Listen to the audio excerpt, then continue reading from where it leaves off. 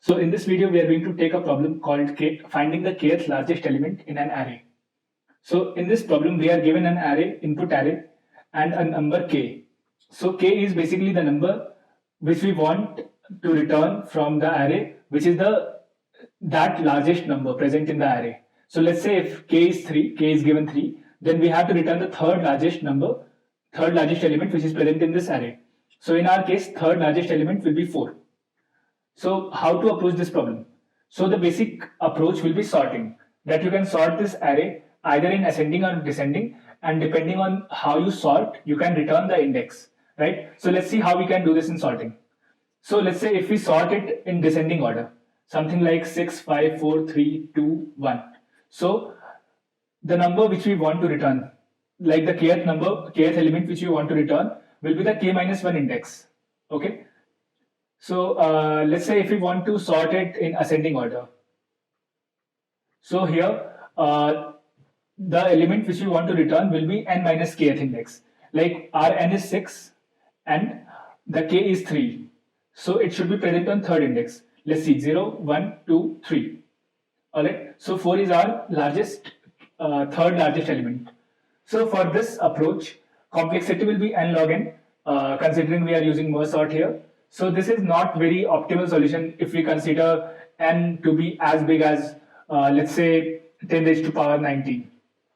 Okay, so what could be better approaches? So let's move forward. So yeah, better approach will be to use heap. So how we can use heap? So heap is nothing but a complete binary tree. So it would look something like this.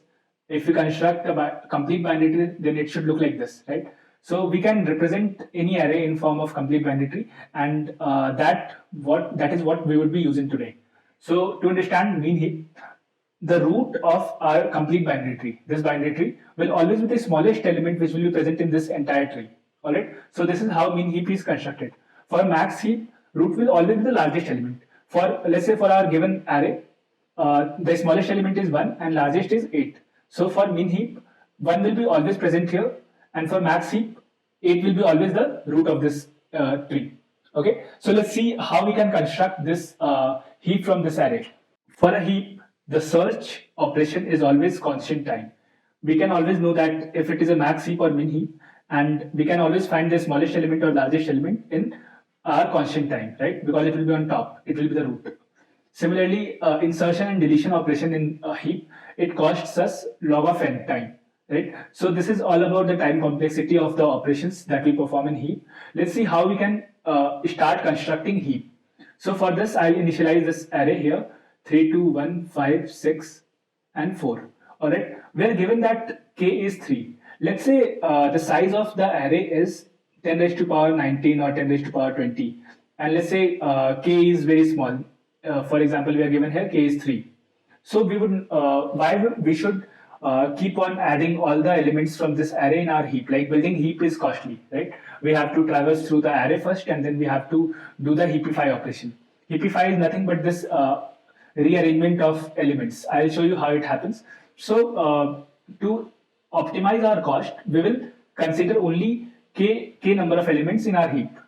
So how we can do this? Let's begin. So let's start from our index 0. Right now we have only 0 elements. So what we'll do, we will put this in our heap, something like this. So 3 is now part of our heap. Now we have moved to 2.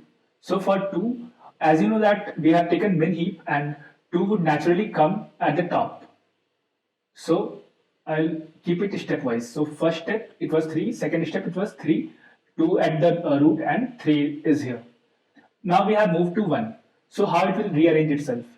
It will happen something like this: 1, 2, and 3. Now we have arrived at 5. See, now we have the index which is greater than k times. So for that, what we will do, we will pop out, we will remove the smallest, like we'll remove the element which is present on the root, and then we will insert the current element. So for this, 1 is the smallest element that is present in our heap right now. So what we'll do, we'll pop it off, and then we will put 5, like we'll insert 5 here. So it will rearrange itself to look something like this: 2, 3, and 5. Similarly, we move ahead, we come to 6. Here we will pop off 2, and then it will become something like this: 3, 5, and 6. And for the last element, 4, we will have to pop off 3 from our heap. So it will become something like this after rearrangement of elements. So rearrangement cost is basically, it is let's analyze the cost of rearrangement. So for this rearrangement and adding the elements in our heap, for building heap, we have first traversed this array. So traversing the array costed us O of n, right?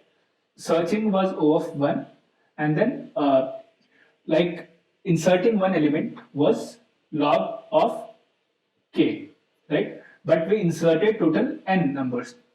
So it would become n log k plus this n time traversal.